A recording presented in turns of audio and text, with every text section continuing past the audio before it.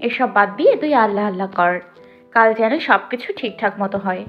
আপা, আমাকে নিয়ে তুমি খুব চিন্তা করো, তাই না? চিন্তা করব না তো কি, তুই ছাড়া আমার জীবনে আছেটা কে? তুমি আমার সব আপা, তুমি থাকলে আমার আর কিচ্ছু লাগবে না। তবুও তবুও কি? কিছু না আপা, আমাকে আরো শক্ত করে জড়িয়ে ধরো তো। তুবা তুষিকে আরো শক্ত করে জড়িয়ে ধরলো। তুষি আপন মনে ভাবতে লাগলো অনেক কিছু। কয়দিন ধরে ভেতরটা তার ধরফর ধরফর করে। রাতে কত বাজে স্বপ্ন দেখে জেগে ওঠে সে, তারপর আর ঘুম হয় না। নিজে নিজেই হাজার করে ভাবতে থাকে। তার শুধু মনে হয় সে আর ওখান থেকে ফিরতে পারবে না। সবসময় মনে হয় তার জীবনের সময় এতটুকুই। হসপিটালে পৌঁছে তুবা তুষিকে ভর্তি করিয়ে নিল। তারপর যা যা করার সব করলো। হসপিটালের অ্যাকাউন্টে 5 লাখ টাকা জমাও দিয়ে দিয়েছে। আহফিনের কার্ডটা তার কাছেই ছিল। এটা সে তুষির চিকিৎসা বাবদই দিয়েছিল, এছাড়া কোনো উপায়ান্তরে নেই। তুষিকে ডক্টর কিছু টেস্ট দিয়েছে। রিপোর্ট পেয়ে ডক্টর যখন তুবাকে ডাকলো, তখন সে ডক্টরের কাছে গেল অনেকটা চিন্তা নিয়ে। বসুন। তুষির সব ঠিকঠাক আছে, তবে তাকে আরও সাহস জোগাতে হবে। তার আপসেট থাকলে চলবে না। ভয় পেলে ভেতর থেকে সে দুর্বল হয়ে যাবে, এতে আমাদের কিছু করার থাকবে না। আপনারা তাকে সাহস দেবেন, আপনারা চিন্তা করবেন না, আর ওকেও চিন্তা করতে দিবেন না। আল্লাহ বাঁচিয়ে রাখলে কাল অপারেশনটা করব আমরা।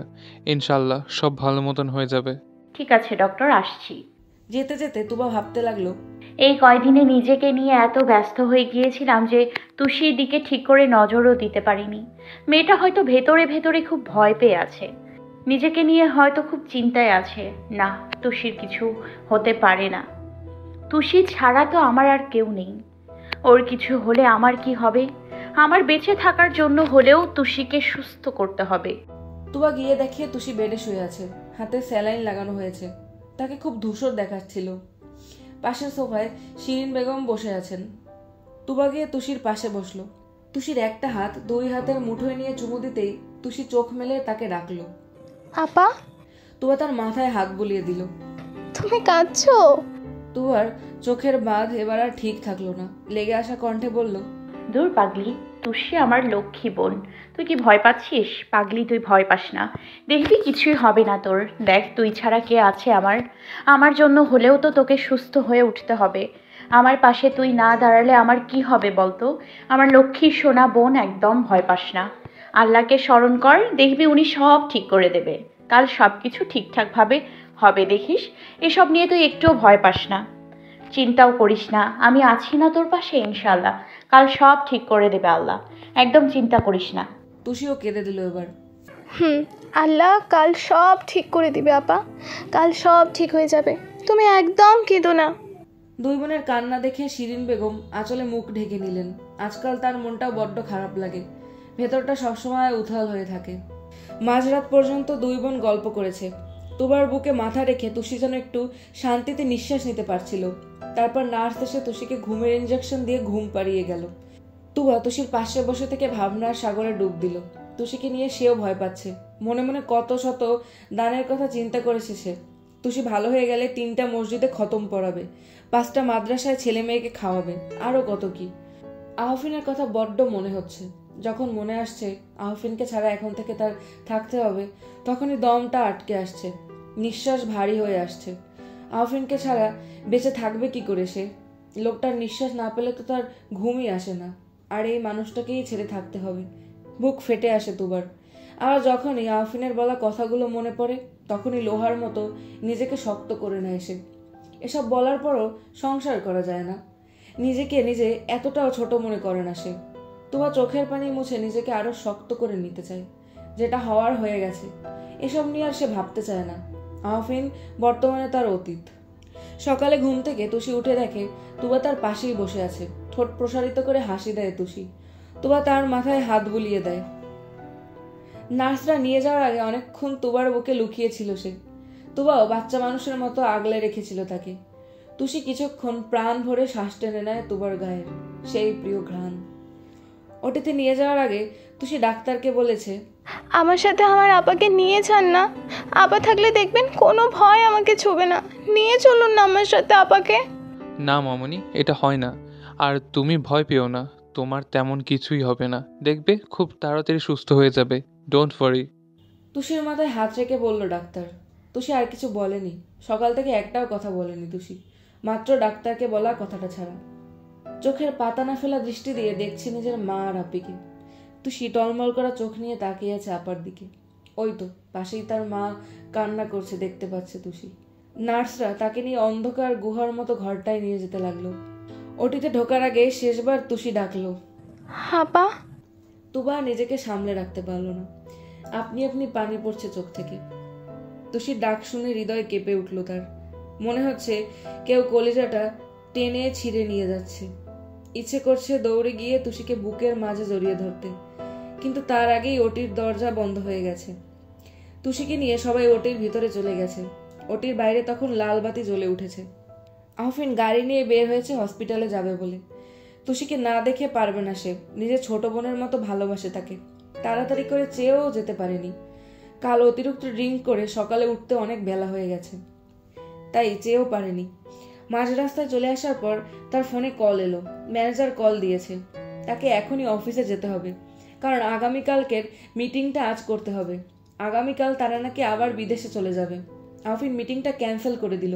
তখন ম্যানেজার বলল, স্যার প্লিজ এমন করবেন না, একটু চিন্তা করুন, 20 কোটি টাকার ব্যাপার, আপনি না এলে মিটিংটা হবে না, কয়েকটা ঘন্টারই তো ব্যাপার।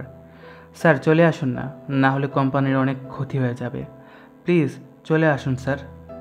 আহফিন ভাবলো মিটিংটা শেষ করে হসপিটাল যাবে, যত তাড়াতাড়ি সম্ভব মিটিং শেষ করে চলে যাবে ওখানে। তবু হসপিটালের বারান্দায় বসে আছে, পাশেই তার মা কান্না করছে, আল্লাহর কাছে দোয়া চাইছে। 2 ঘন্টার উপরে হলো ডাক্তার এখনো বের হচ্ছে না। তোমার ভেতরটা ধরফর করছে শুধু, প্রতিটা মুহূর্ত তোমার অস্থির লাগছে। বারবার মন চাইছে তুষির কাছে চলে যেতে। তার মনে হচ্ছে তুষি ওখানে বড্ড একা। নিজেকে নিজের কাছে এতটা অসহায় কোনোদিন মনে হয়নি তোমার। ভেতরটা এত অস্থির কোনোদিন করেনি তার। একটু স্থির থাকতে পারছে না সে। ভেতরটা ছিঁড়ে কান্না আসছে কেন এত? প্রায় 3টা ঘন্টা পার হওয়ার পর তুবা খেয়াল করলো ওটির লাল বাতি নিভে গিয়েছে। সে পাখির মতো উড়ে গেল ওটির সামনে। ডাক্তার দরজা ঠেলে বের হলেন, মুখের মাস্ক আর ডান হাতের গ্লাভস খুললেন তিনি। তুবা এইটুকু সময়ে 4-5 বার তুষির কথা জিজ্ঞেস করে ফেলেছে। তারপর ডাক্তার জানালেন, আমরা আমাদের সাধ্য মতন চেষ্টা করেছি, তবে তুষি আল্লাহর মেহমানদারি কবুল করে নিয়েছে। তুবার পৃথিবীটা মুহূর্তে অন্ধকার হয়ে এলো। কয়েক পা পিছনে চলে গেল সে। ডাক্তারের দিকে তখনও হ্যাবলার মতো তাকিয়েছিল তুবা। সে কিছুই বুঝতে পারছিল না। লেগে আসা কণ্ঠে তুবা জিজ্ঞেস করলো, কি বলছেন ডাক্তার? অপারেশনের মাঝপথেই তুষির পালস রেট নীল হয়ে যায়। আমরা সব রকম চেষ্টা করলাম, কিছুই হলো না। কারেন্টের হিট দেওয়ার পর 2 বার শব্দ করেছিল শুধু। তুষিকে আপনারা এখন নিয়ে যেতে পারেন শেষ কাজের জন্যে। এই প্রথম হয়তো কোনো পেশেন্টের কারণে চোখ থেকে পানি এসেছে, কারণ তুষির মতন দেখতে আমারও একটা মেয়ে আছে। আমরাও খুবই দুঃখিত। চোখের কোণার পানি মুছে ডাক্তার চলে গেলেন।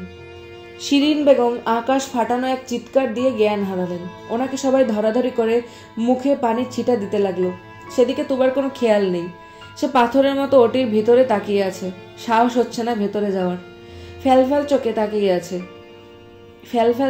তাকিয়ে আছে। নিজেকে যেন প্রাণ শূন্য লাগছে তার। কয়েক মিনিট পর তুষিকে নিয়ে আসা হলো। তোমার সেখানে তাদের আটকালো। তুষির মুখ থেকে কাপড়টা সরিয়ে দেখতে পেল তুষিকে। কি সুন্দর চোখ বুজে আছে। তুষি সৌন্দর্য যেন এখন দ্বিগুণ দেখাচ্ছে। তোমার চোখের পানি ফেলে দিয়ে একটু হাসার চেষ্টা করলো। তুষির গালে হাত দিয়ে বলল, তুষি আমার লক্ষ্মী সোনা, দেখ না এরা কি সব বলছে। তুই চোখ খোল না সোনা, দেখ তোর আপা দাঁড়িয়ে আছে। এই তুষি, আমি ডাকছি না? তুষি রে, তোর পাপা তোকে ডাকছে আর তুই শুনতে পাচ্ছিস না? তুষি, আমি কিন্তু এখন রেগে যাব না উঠলে। কি রে, চোখ খোল। তুষি চোখ খুলছিস না কেন? তুষি, তুই আমার সাথে মজা করছিস তাই না?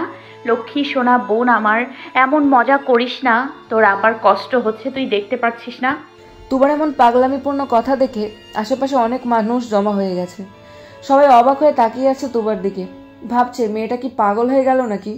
একটু পর শিরিন বেগম উঠলেন, মেয়ের কাছে চিৎকার করে বিলাপ পেরে গিয়ে ডাকলেন। কিন্তু তুষি যে সুন্দর আরামের ঘুম দিয়েছে, এই ঘুম আর কখনো ভাঙবে না, সারা দুনিয়ার ডাকেও ভাঙবে না।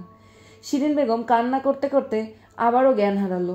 তুবা তখনও তুষিকে ডেকে যাচ্ছে উঠবার জন্য। সবাই তাকে শুধু তাদের দেখছে। শিরিন বেগম ঢলে পড়া চোখ নিয়ে আবার তাকালেন মেয়ের দিকে। উঠতে গিয়ে তিনি আবার পড়ে যান বুকে হাত দিয়ে। কি হলো কে জানে, বুকে হাত দিয়ে কবুতরের মতো ছটফট করতে লাগলেন তিনি। নার্সরা এসে ওনাকে ভেতরে নিয়ে গেলেন। তুষি তুই উঠছিস না কেন? আমার সাথে কি মজা করছিস? তোরা কেউ ভালো না, সবাই আমাকে কষ্ট দিস। এই তুষি ওঠ না, এই তুষি একবার আপা বলে ডাক। তুষি রে, আমার বোনটা একটু কথা বল না, আমার বোনটা আমার সাথে একটু কথা বল না, বল। তোর আপা এখন থাকবে কি করে রে তুষি? আপাকে ধোকা দিয়ে কেন চলে গেলি? কি করে স্বার্থপর হয়ে গেলি তুষি? তুষি তার ঝলঝলে মুখ নিয়ে সুন্দর করে শুয়ে আছে। আপার এত ডাকও তার কানে যাচ্ছে না, আর কোনোদিন যাবে না এই ডাক।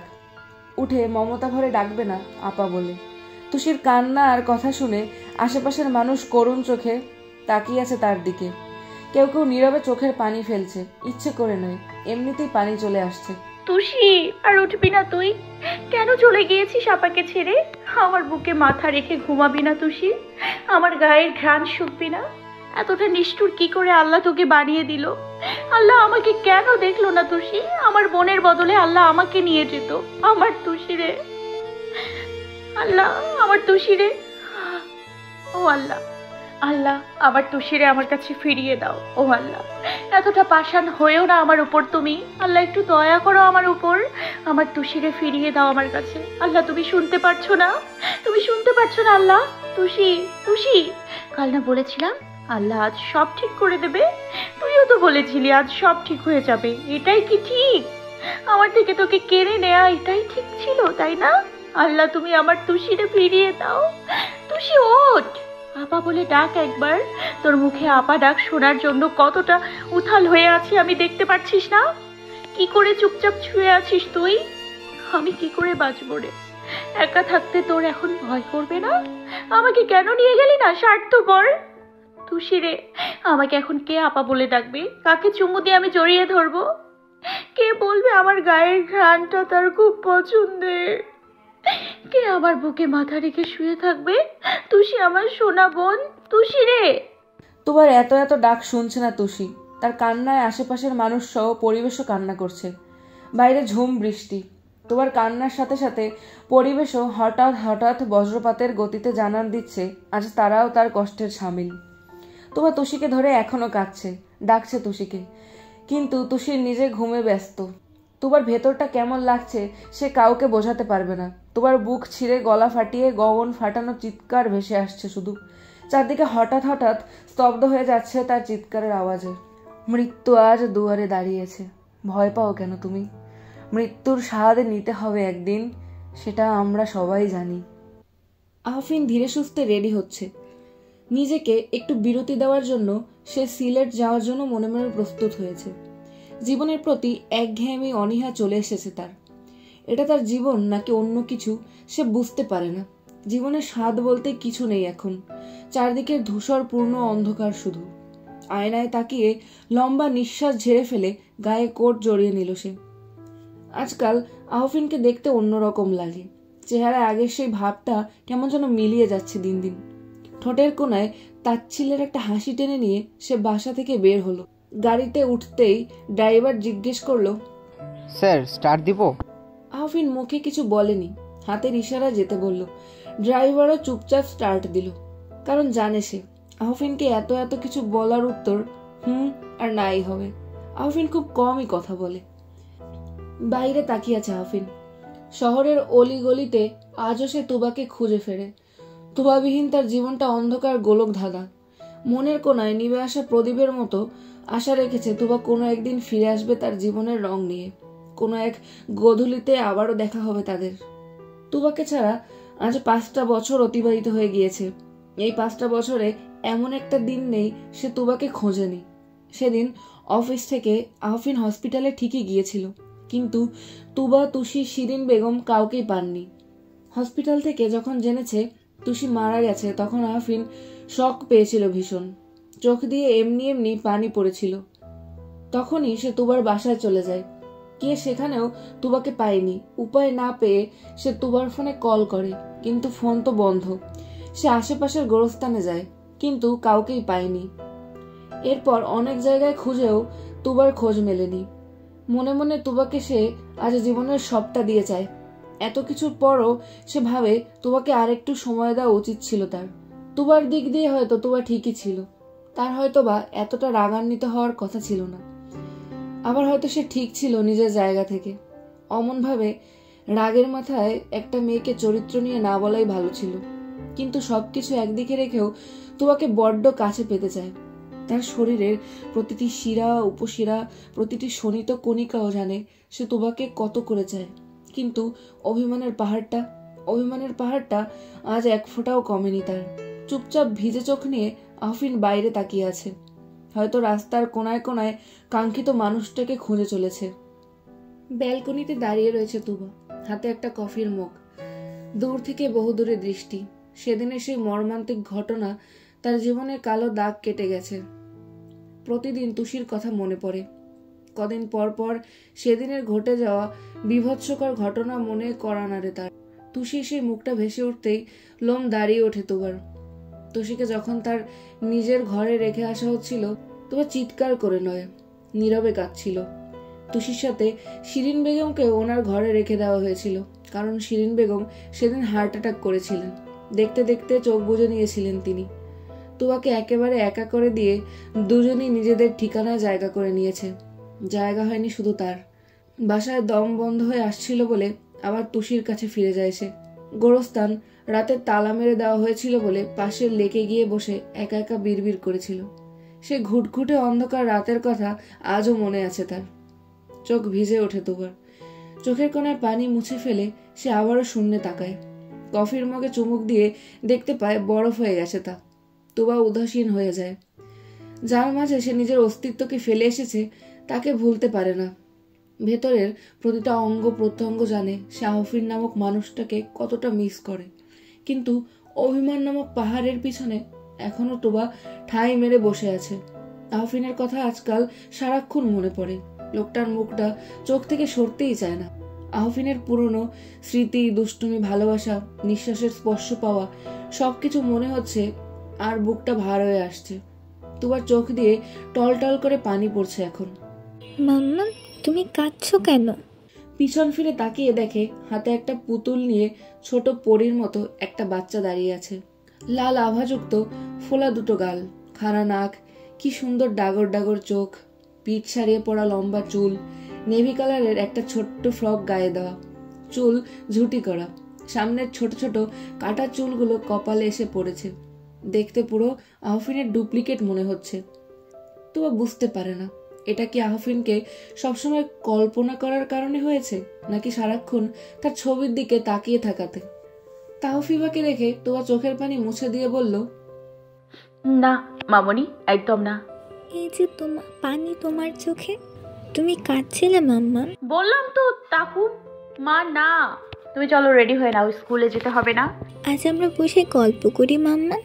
ফাঁকিবাজ মেয়ে, তুমি স্কুলে যাও, স্কুল থেকে এসে গল্প হবে। তুমিও তো আমাকে ফাঁকি দাও, বলো কাজ আছে, কাজের কারণে আসতে পারোনি, বলো না এসব।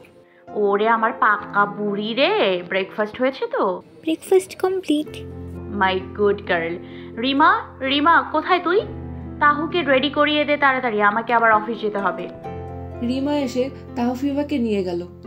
এখানে আসার পর রিমা তার সঙ্গী হয়। রিমা যখন তাকে আপা বলে ডাকে, মনে হয় তুষি ডাকছে। তাহফিবাকে স্কুলে দিয়ে তুবা নিজের অফিসে চলে যায়। নিজের বুটিক শপে এখন অসহায় 300 জনের উপরে মেয়ে কাজ করে। তার স্বপ্ন একদিন নিজের প্রতিষ্ঠান সবার মুখে উঠবে। তুবা নিজের কথার দ্বারা অনুপ্রেরণা যোগায় ভেঙে পড়া মেয়েগুলোকে, যাদের মুখে খাবার তুলে দেওয়ার মতো কেউ নেই। তাদের সে নিজের পরিশ্রমে খেটে খাওয়ার সুযোগ করে দেয়। আফরিন ফ্রেশ হয়ে ব্যালকনিতে এলো। চারদিকে চা বাগান, তার থেকে ভেসে আসা মিষ্টি সুবাস, পাখিদের কিচিরমিচির আওয়াজ। এতগুলো বছরে আফরিন যেন নিঃশ্বাস নেওয়ার মতো একটু শক্তি পাচ্ছে। ভেতর থেকে সতেজ ভাবটা যেন ফিরে আসছে। পরিবেশের মুগ্ধতায় আফরিনের মুখ থেকে অল্প হাসি দেখা গেল। স্যার, আপনার চা। মিজানের কথাতে আফরিন পিছন ফিরল। মিজান অবাক হয়ে আফরিনের দিকে তাকিয়ে আছে। কি হলো, চাটা দিবে না দাঁড়িয়ে থাকবে? মিজান এবার আরো অবাক হলো। স্যার, আপনি হাসছেন আবার এত সুন্দর করে কথাও বলছেন। মিজান, চাটা ঠান্ডা হয়ে যাচ্ছে। ও সরি স্যার। বলে দৌড়ে এসে চায়ের মগটা আফরিনের দিকে এগিয়ে দিল। আফরিন মগে চুমুক দিয়ে চোখ বন্ধ করলো। মিজান বলে উঠল, স্যার, আপনাকে না আজ 27-28 বছরের যুবক লাগছে। হোয়াট ননসেন্স, আমি কি বৃদ্ধ হয়ে গেছে? আরে না স্যার, সেটা বলছি না। আপনি এত মনমরা হয়ে থাকেন যে আপনার চেহারা জৌলুস খুঁজেই পাওয়া যায় না। মিজান, তুমি ফালতু কথা রেখে নিজের রুমে যাও তো। স্যার, আপনার সাথে আর একটু কথা বলি না? বেশ তো লাগছে। একগাল হেসে মিজান তার দিকে তাকাতেই দেখলো তীক্ষ্ণ নয়নে তাকিয়ে আছে আহফিন। মিজান চায়ের মগ নিয়ে, আজ যতটুকু বলেছে তাতেই এনাফ। বেশি বলে ফেললে মুখ দিয়ে না আগুন ঝরবে বলে বিড়বিড় করে মিজান চলে গেল। আহফিন দরজার দিকে তাকিয়ে আবার প্রকৃতি দেখায় মনোযোগ দিল। তুয়া ছেড়ে যাওয়ার পর তার দিনগুলো সহজে যায় না, অনেক কষ্ট সহ্য করতে হয় তাকে। দিনের পর দিন না খেয়ে আহফিনের অবস্থা খারাপ হয়ে গিয়েছিল। ম্যানেজার তখন তার জন্য লোক রাখে, সাথে মিজানকে ড্রাইভার বানায়। মিজান ছেলেটা তার সাথে আছে আজ 4টা বছর। ছেলেটা সবসময় তার সাথে কথা বলতে চায়, তাকে হাসাতে চায়। মাঝে মাঝে করা মিজানের কাণ্ডগুলো মনে হতেই আহফিন মৃদু আঁচে হেসে উঠল। আহফিন প্রায় একটা পার্কের সামনে গিয়ে বসে থাকে। শুধু যে এমনি এমনি বসে থাকে তা নয়, একাকিত্ব দূর করতেই বসে থাকে। পার্কের সামনে চা বাগান, পাশেও চা বাগান, আশেপাশে রাস্তার ধারে পার্কটা দেখতে বেশ মনোরম লাগে, শান্তিতে একটু নিঃশ্বাস নেওয়া যায়। আহফিন ফ্যাল করে তাকিয়ে আছে পার্কে আসা মানুষদের দিকে। ছোট ছোট বাচ্চারা যখন খেলা করে হাসে, আহফিন তখন ওদিকে তাকিয়ে থাকে, যেন ওদের মাঝে হারিয়ে যায়। ভেতরের সুপ্ত শিশু ভাবটা যেন জেগে উঠতে চায়। তাই এমন কোলাহলেই থাকে এখন। মানুষের আওয়াজ শব্দ না পেলে মনে হয় একাকিত্বের ঘন নিকষ কালো অন্ধকার তাকে বুকে টেনে নিচ্ছে। আগে যেমন কোলাহল এড়িয়ে যেত, এখন ঠিক তেমনি কোলাহলে ঢুকে যেতে চায়। মানুষের কোলাহলে থাকলেও মনে হয় তার আশেপাশে কেউ অন্তত আছে। ফোনের স্ক্রিনে তুবার ছবি, ভেতরে আহামরি কাছে পাওয়ার ইচ্ছা আর অনুভূতি। আজকাল তুবার ছবির দিকে তাকালে আহফিনের বুক ফেটে কান্না আসে, চোখ দিয়ে আপনা আপনি পানি পড়ে, ভেতরটা ভরে ঝাঁঝরা হয়ে যাওয়ার অনুভূতি হচ্ছে। কি অসহনীয় দহন! ইস! হঠাৎ ছোট একটা হাত আহফিনের গাল স্পর্শ করলো। হঠাৎ স্পর্শে তার শরীর আবেগ বশে কেঁপে উঠল। মিষ্টি চিকন গলায় বলল, আঙ্কেল তুমি না বড়, তোমার কাঁদতে নেই, একদম কেঁদো না, কুট্টে। আহফিন পাশ ফিরে তাকালো। ঝাপসা চোখের কোণে বাচ্চা মেয়েটাকে আর দেখা হলো না, তার আগেই দৌড়ে চলে যায়। আহফিন চোখ মুছে তাকাতে তাকাতে আমার মেয়েটা হোঁচট খেয়ে মাটিতে মুখ থুবড়ে পড়ল। আহফিন তড়িৎ বেগে মেয়েটার কাছে গেল, টেনে তুলে হাঁটুয়া জামা থেকে ময়লা ঝেড়ে ফেলে বলল, লক্ষ্মী সোনা, তুমি ব্যথা পাওনি তো আম্মু?